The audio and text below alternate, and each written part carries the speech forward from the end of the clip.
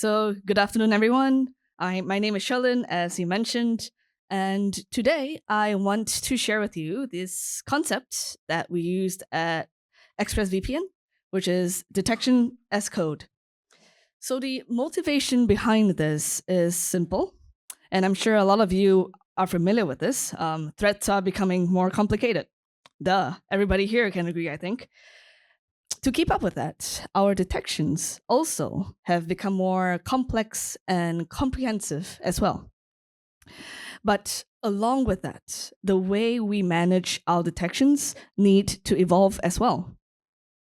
And detection as code is one way to help us manage our growing libraries of detections and security tooling that SOC teams are increasingly using. So, first, a bit of an introduction on who I am, but I think Nick has already done a pretty good job, so I'm going to skip my tenure at ExpressVPN. Before that, before ExpressVPN, I was working in JP Morgan as a security operations analyst and also in Accenture as a security consultant. So basically, throughout my whole career, I've lived and breathed security operations. And through my experience, I've tested out various ways of managing our detections to catch threats. And I wanted to share one thing that really streamlined how our SOC operated, which was detection as code. And in a nutshell, it means we write detections the way we write code. As for the why and how, I'm going to cover that in the next 30 minutes. And the next few pictures that's going to show up is not going to make a lot of sense because I was planning to introduce ExpressVPN, but Nick already did. But for those who don't know this company, you might know us from the multitudes of influencers who we work with. So these are some of them, and you might recognize them. Okay, so this is the agenda for today's talk. First, I'll go over what exactly is detection as code. Then I'll discuss some of the limitations of the conventional way we manage our detections in security operations teams, and then discuss how detection as code can help us address those limitations. And then at the end, I'll have a little short demo just to let you see how this works in practice. Okay, so first, what is detection as code? I'm going to start with a concept that is more commonly used in the IT industry in general, which is infrastructure as code. Infrastructure as code is basically provisioning and configuring infrastructure using code. It's quite self-explanatory. So in a similar vein, detection as code is basically provisioning and configuring threat detections using code. Now, it's a bit high level, so I'm just going to go through what that actually means. So first, the conventional method is probably quite familiar to most of you. So most of the time, we're going to use like the UI of whichever security tool we use, and I'm going to use Splunk as an example. So with Splunk, you log into Splunk, you define your query, you configure some query parameters, and then you add some alert actions. What happens if it alerts? And it's pretty simple. And this is basically how you do it with detection as code. You have a configuration file with the rule and all the alert parameters configured in that file. So now you might ask, why would we want to do this? So in short, when we represent configurations and our detections as code, we can put that code into a version control system, and that gives us a number of advantages. We're able to track all the changes that we make, who made those changes, and when. And it makes peer reviews easier and more efficient when we know what exactly is being changed by whom and why and when. Now, this is all a bit high level, so I'm going to walk through an example to illustrate how exactly that helps us. So I'm going to go with this scenario that's probably not unusual for a security operations team. Let's say we have some sensitive secrets that's being used by some servers, and only a few accounts are supposed to have access to these secrets. So we want to create an alert that triggers whenever some other unauthorized account tries to access these secrets. So first, I'm going to go through the example of doing it the usual ways, so you can illustrate the limitations with the usual ways. And for this example, I'm going to use Splunk as our security events management tool, our SIEM. The reason I'm using Splunk is just because it's a popular and well-known tool that's probably familiar to a lot of security operations analysts here. Okay, so with Splunk, it's pretty simple. You go into Splunk, you define the query. So this is the query logic. We set our parameters. This is like things like the schedule, description, so people know what our alert is doing. Some alerting actions, that basically what actions you want to trigger when the alert fires. And then you deploy the alert, you test it, you check what events it captures. So it's pretty simple, and for the most part, it kind of works. So what's the problem? So the thing is, alerts don't tend to be static. At least in our teams, it's not. We refine it and we tune it over time as our needs change. So let's say one day the team decides to modify the alert. We decided that, oh, there's another secret that we want to monitor. So another engineer, let's call him Bob, he comes in and he makes the changes. But he forgets one slight thing. He makes one slight mistake. He forgets a logical operator. And now the logic is flawed and the detection is broken. But this mistake is not obvious, and it takes time for the team to realize that that this alert is not working as it should. So what happens now? Okay, that's fine. We try to fix the problem. Another engineer comes in, Charles. He tries to fix the error, but he encounters a few issues. For him, it's hard to tell what the problem is. He doesn't know what the search looked like before because, again, there's no version control. He doesn't know what's been changed. And because there's no version control, we don't have a previous version that we can easily roll back to. So we're kind of in a pickle here. So I'm just going to recap some of the problems that we encountered. The first is that this whole system is susceptible to human error. Now, we're humans, we make mistakes, and that's okay. But what we should do is to design processes and make use of technology to help mitigate human mistakes. And one thing that helps us is peer review, to have someone else take a look at the changes that you make just to sanity check it and make sure that you're on the right track. But in our example, there is no convenient mechanism for peer review. Ideally, peer review should be baked into the workflow to make sure that it happens and it happens in a streamlined way. There is also limited visibility into the configuration changes to our alerts, and this makes peer review harder. And as we mentioned a few times, there's no version control, which means we cannot roll back changes in case anything happens. And finally, something that might not be obvious from the previous example is that there is vendor lock-in. So in my example, I'm using Splunk. If I have a lot of detections built on Splunk, it makes it very difficult to migrate to another platform if I want to do so later on. So look, Splunk is great, I like it, but what if I want to use another solution in the future? What if Splunk decides to increase my price by 50% and now I'm thinking, well, screw it, I'm using something else. But if I have, say, 1,000 detections on Splunk, it's going to be very painful to switch to another solution.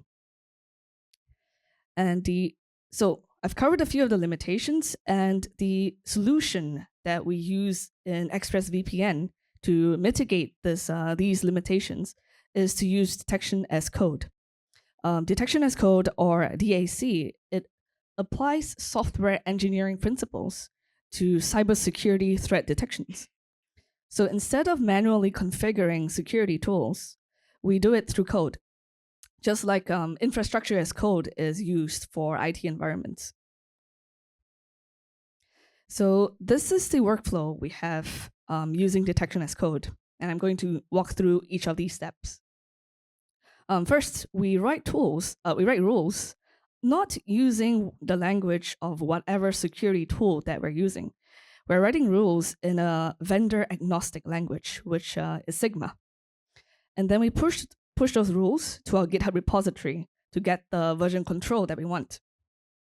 And then we have workflows set up within GitHub that converts the rules to different query languages for the different vendors that we use. So for example, if you're using Splunk, then we have a workflow that can convert this vendor agnostic language, Sigma, to Splunk's proprietary language, which is SPL.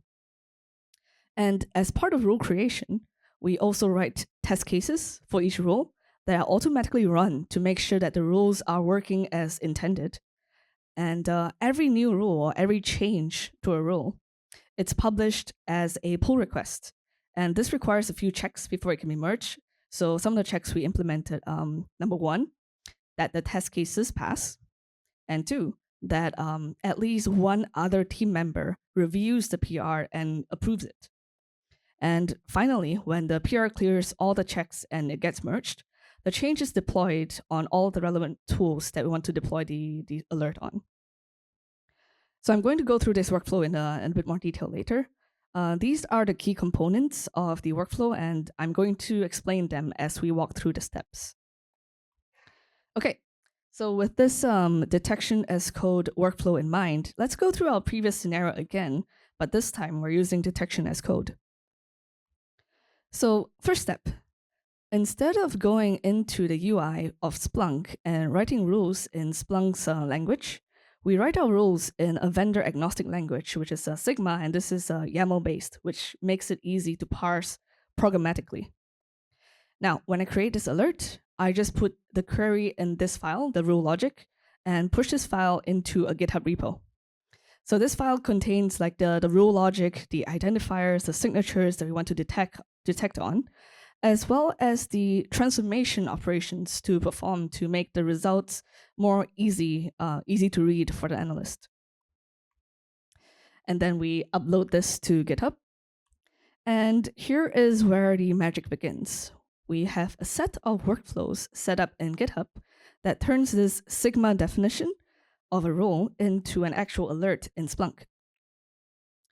Now, before I continue, a core part of how this magic happens is this tool called Terraform. So I'm going to explain Terraform in a bit more detail before I continue. Terraform is a software that helps us to manage various cloud services via code. So it's an infrastructure as code software.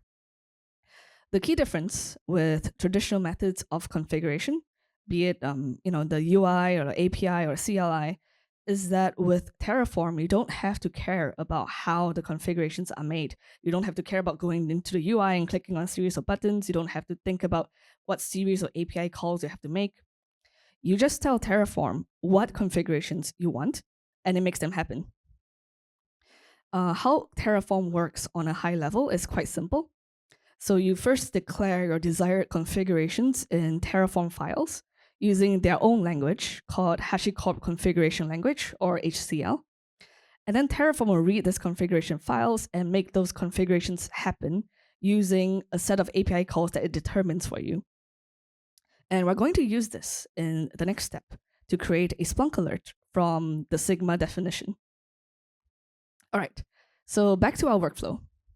We have GitHub workflows set up to convert the Sigma detections to a format that works with Splunk. And this comes in two parts.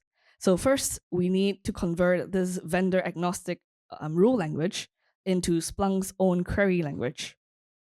And then we need to create a configuration file that Terraform can read so that it knows what kind of alert I want in Splunk, and then it'll make the appropriate API calls for me to create that alert in Splunk. So first, we need SPL. Splunk uses this language called Search Processing Language, which is SPL. And we have written Python code that basically converts our Sigma file, so this one, to SPL. And then we also need a configuration file. So detections in Splunk, they are called, they run as saved search objects. So we need to create this object within Splunk. So we define a saved search object using Terraform's HCL. And here we define the search configurations like the cron schedule, what actions are triggered, and then you put the logic in here as well. And then we're almost ready to deploy. Now, before we do that, any self-respecting software engineer knows the importance of testing your code. And because here we are developing detections the way a software engineer would develop their software, we will do the same. We write test cases for alerts to make sure it's actually capturing the events that we are interested in. And here we basically define a test file for each detection rule. The test file works like this. Every line in here is an event, and we specify for each event whether it should be flagged by our detection rule. So we basically have a bunch of events that we want our detection rule to capture, and a bunch of events that we don't want our detection rule to capture. And then we run the test to make sure that it actually is only capturing the events that we want to capture. And then we are ready to make our PR. So here you can see it's very easy to see the changes that have been made. And we can also enforce rules like requiring a peer review before we can merge and deploy the changes. And finally, when the test cases pass and we get our approving peer review, we can merge. And when we merge, this automatically triggers the deployment workflow we have set up in GitHub to deploy the changes on Splunk Cloud. So Terraform is going to run, it's going to implement the configuration that we want to within Splunk. And here, the way we're doing this, it gives us detailed audit trails. This allows us to track changes, and it tells us who made what change. And with this version history, if anything goes wrong and the alert breaks, we can just use git revert to roll back to the previous working version. So even if we make a mistake, it's not a big deal. And now we're done. So there are a few benefits of this approach, and I'm going to recap them shortly. Essentially, this lets us do a few things with our detections that software engineers can do with their code. So we have automated workflows to build and deploy detections. We can automate testing. We have version control. We can clearly see who did what change, and we can roll back when there is a problem. And overall, we're just reducing human error and making it easier for the team overall to collaborate. And a bonus point is you noticed we wrote our detections in Sigma, which is vendor agnostic. So if we want to switch our security tool, our SIEM, to another platform, we don't have to rewrite all of our Splunk alerts. We can just write a new Python script to convert our Sigma to the new security tools language. And then we just run that for all of our detections, and easy peasy. We can migrate so easily. And that's it for the theory part of my presentation. So I'm going to go through a short demo just to let you see what this looks like in practice. But before I do that, I'd like to just explain the setup of my environment so it's more clear what is happening. The key tool here that we're using is Terraform, and I'm just going to go through the setup because I'm not setting this up right now during the demo. So the two screenshots you see on the slide, they are all the configuration you need for a basic Splunk detection as code setup. So it's pretty easy. I'm going to go through like the few steps that you need. So of course, first you install Terraform. They have pretty good documentation for how to install Terraform on the different OSs. So I'm not going to go through them here. And then you just define a provider in a Terraform file. The configuration you need is in the top screenshot. And what this does, it tells Terraform that the cloud service that you're configuring is Splunk, because Terraform supports a lot of different cloud services, like for example, AWS. Okay, and then you initialize Terraform in a directory of your choice. So just run Terraform init. After that, you configure the authentication to Splunk, which is also in a Terraform file. Every configuration you make is in a Terraform file. And the config for that is in the bottom screenshot. So this just tells Terraform how to connect to Splunk. And then you just apply the changes with Terraform apply. And then you are done. You are ready to configure Splunk using detection as code using Terraform.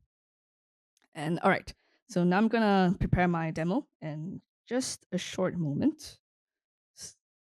Okay.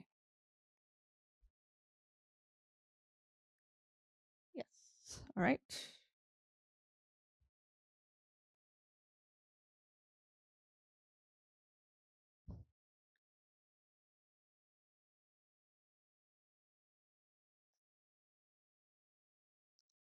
this is visible. Um,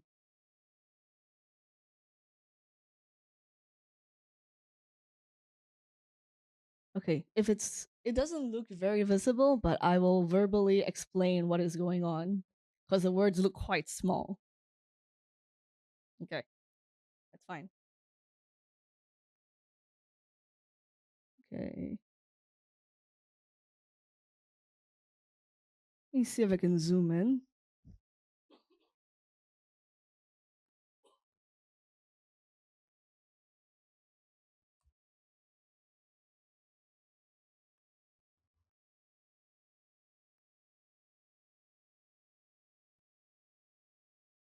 Hmm,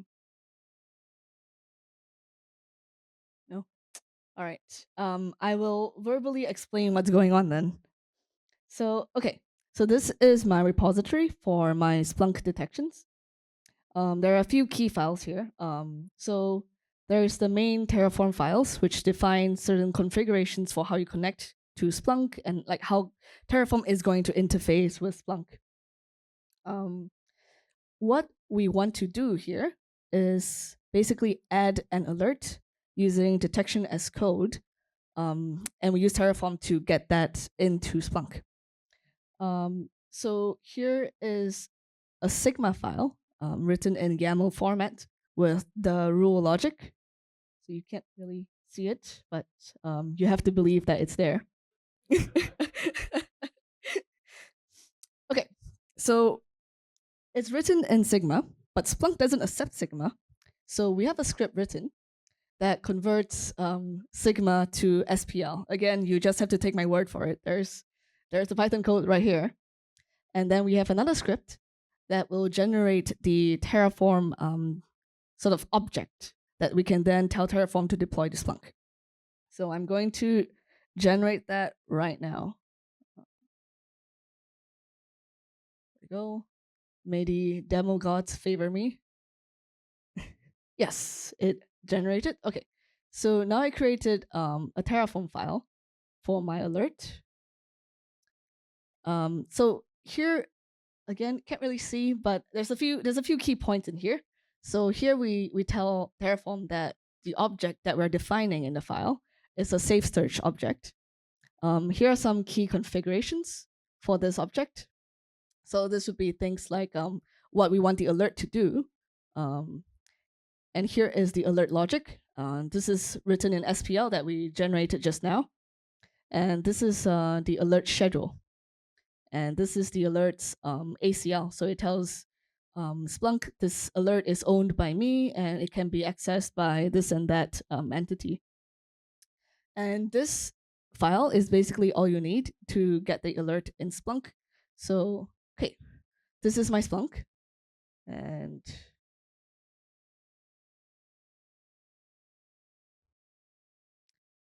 okay, demo alert.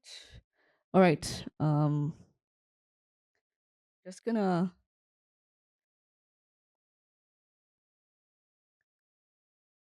okay, trash.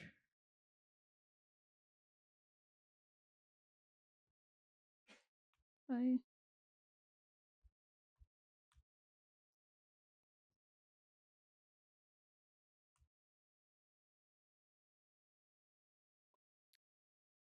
Is there internet? I hope there's internet.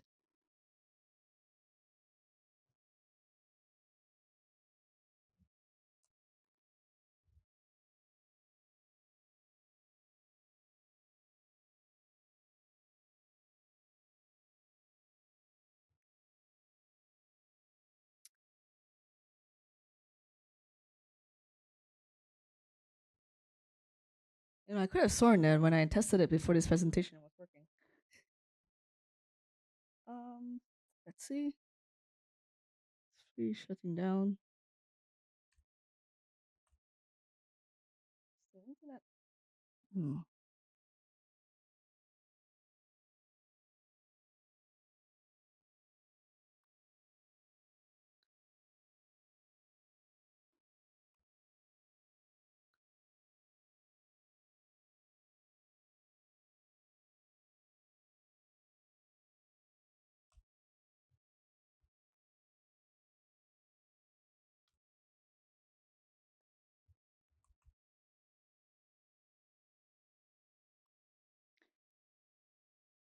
Okay, it does not seem to be connecting to the endpoint in time, but fortunately, I have a backup in Splunk.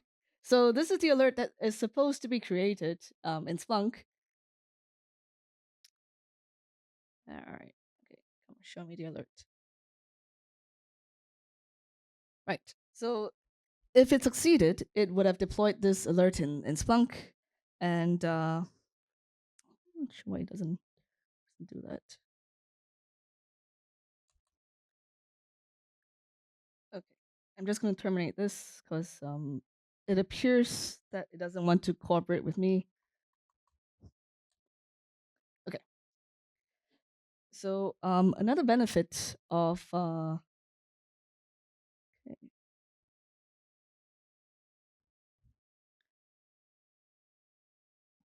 okay, so benefit of using this method to create your alerts in Splunk rather than going to the UI is that now you have everything saved in a repo.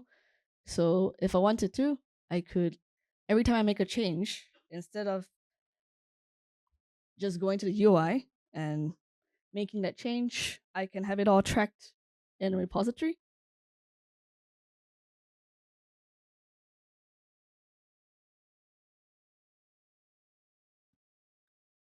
So that there is an audit trail, basically.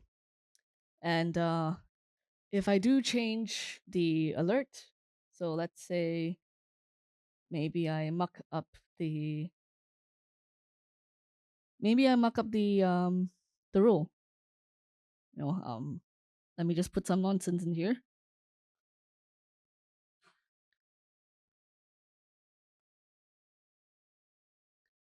I can write whatever. I make the comment. Okay, this is my changes. And then someone comes in, they see my change, and they're like, "That's dumb. Why are you doing that?" It's very easy to revert that change. So I just revert the change, and then we're done. And all we need to do is to run Terraform apply again, and it would apply the reverted version to Splunk, which would restore the previous version and undo all the damage that I've done. Unfortunately, I can't show you that happening because it's somehow not connecting. I'm not sure why, but you just have to take my word for it. Okay. All right. Let me get back to this slideshow. Okay. So presumably the demo worked, and now I'm talking about the improvements you could make over the demo. So there are actually other use cases that you can use with detection as code. I'm only covering the actual alert rule and detection engineering, but there are also things like making doing IAM using detection as code. So instead of going in and manually adding users or changing roles and so on, you can have all of that written in code as well to have the same benefits of having an audit trail on who added this user, who added this permission, and so on, to just lock down your access control a little bit. You can also provision and configure your data ingestion pipelines in Splunk using IAC.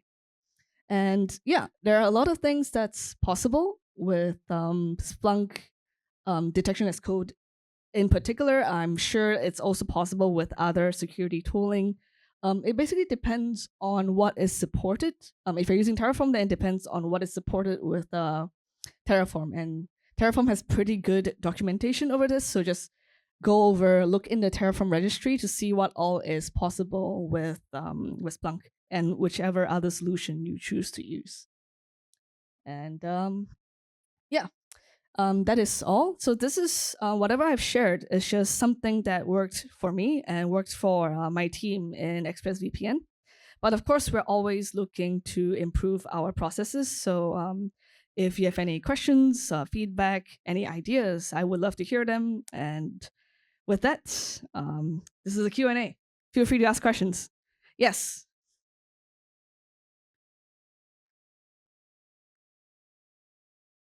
I have not. Not yet. But perhaps if you do, you can share your findings with me.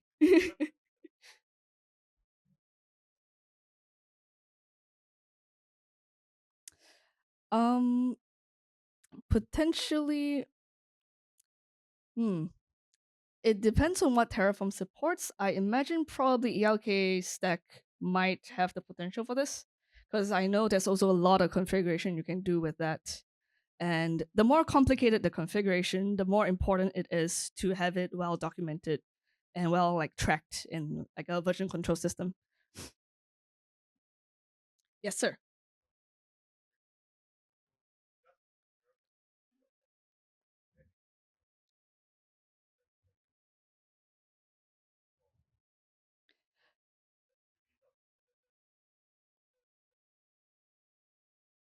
Yes. So I didn't cover this in the presentation, but we also we have a data lake, and we have a separate data ingestion pipeline for the data lake, and we actually just pipe a subset of the logs in our data lake to Splunk to save on ingestion costs. So we actually use Terraform as well for the data lake to configure data pipelines and also to configure the rules in the data lake to send the subset of logs to Splunk. This is also where this detection as code thing kind of works out, because for detection to work in Splunk, the data needs to be sent both from the data lake into Splunk and also for the query to be in Splunk to flag that data. So basically, you need to deploy the rule twice. So if you were to do this manually, you're going to have to separately deploy the rule on the data lake and then separately deploy the rule in Splunk. But what we do here is we define one Sigma file for the rule, and then that rule gets converted to both the rule for the data pipeline in that we have in AWS and also SPL in Splunk. So you write once and then it deploys twice.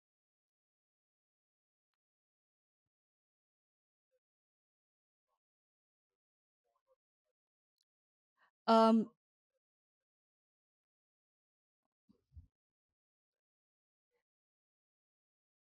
no, so in Sigma, nothing is SPL dependent.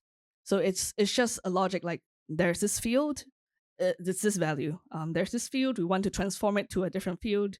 There's this field, we want to format it a certain way.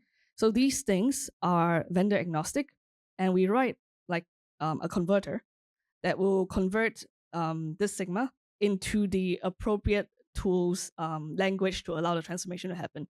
So in Splunk, if the command to transform like a field name is this, then we just convert it to that command.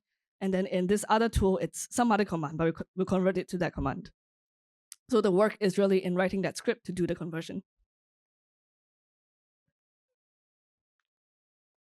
Yes, detection logic still comes from us.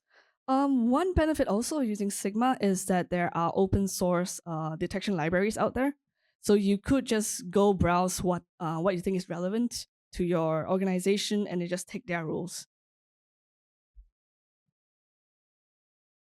Yes.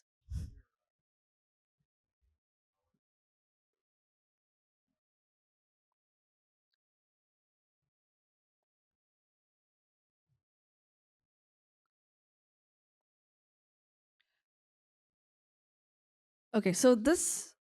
Mhm. So the one I showed just now, it's actually just a very sort of simple unit testing, where as an analyst that's writing the rule, you have in your head what you're intending to capture.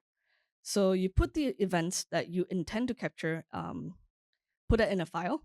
Like, okay, I think this should be capturing this event. So you take that event, put it in a file, and then you just like add like a tag, capture this. And in your head, you should also think, okay, it should not be capturing this file, for example, or it should not be capturing this event. So you grab that event, you put it, and you add a tag, don't capture this. And then when we run the test, we just go through each event. We kind of we run that through our logic, see if our logic captures that event, and then compares that to the tag. So if it's capturing an event, but the tag says don't capture, then you fail the test. Or if it doesn't catch an event, but the tag says capture this event, you failed the test. Um, in a broader setting, yes, we can have some red team exercises. We can collaborate with other teams to help us generate the events that we should or should not capture. But the mechanism of this testing itself is quite simple. You just define events that you want to catch or not. So it depends on historical search and data residing in Spark already for your unit testing. Yes, a lot of it relies on historical data, but in the absence of historical data, the analyst could have in their head theoretically what this rule is supposed to catch or not. Obviously, not as good as historical data, but the benefit of this is that it allows us to, when we write rules, test our own assumptions. Okay, any more questions? Going once, going twice. All right. Damn it. Yes, please. Is it a valid assumption to state that this same methodology of technical code should be applied for environments where your servers aren't present? A lot of these are doing software, and they don't have the flexibility like you guys don't usually have all that. It's on critical links when you're that environment. Is the methodology still valid? Is the execution needed? Yes, the overall methodology is absolutely still valid. The execution might be a bit different because the places where you run Terraform needs to be able to connect to your security tool. In the cloud, it's simple. You connect over the internet. If it's on-prem, maybe you need like maybe a bastion host or a proxy for your Terraform to be able to reach your on-prem deployment. But overall, it doesn't change. It might make things easier actually, because I think with Splunk, for on-prem deployments, a lot of the configurations are actually in files, in like text files. So you could even just change those text files in the servers where your Splunk is deployed on, which means that you don't need to rely on the middleman tool, which is Terraform, to do the configuration for you. But yes, absolutely valid. Execution slightly different. Okay. Any more questions? Going once, twice. Oh man. yes, please. I appreciate it. For the session, I think this is like the future for like all stacks need to be heading towards. But I imagine that stack going to be like PCO guy thing. That's like how things your team and how long did this on just my team kind of changed over the years, but I would say average 4 people. We built this incrementally. The way it is now, I would say, is a result of maybe 2 years of testing different iterations of this and sort of improving over the years. But I would say the initial shape of this took form maybe in about 6 months. Okay. Thank you. Thank you for the question. All right. Any more questions? Once. Twice. All right. Thank you so much for listening.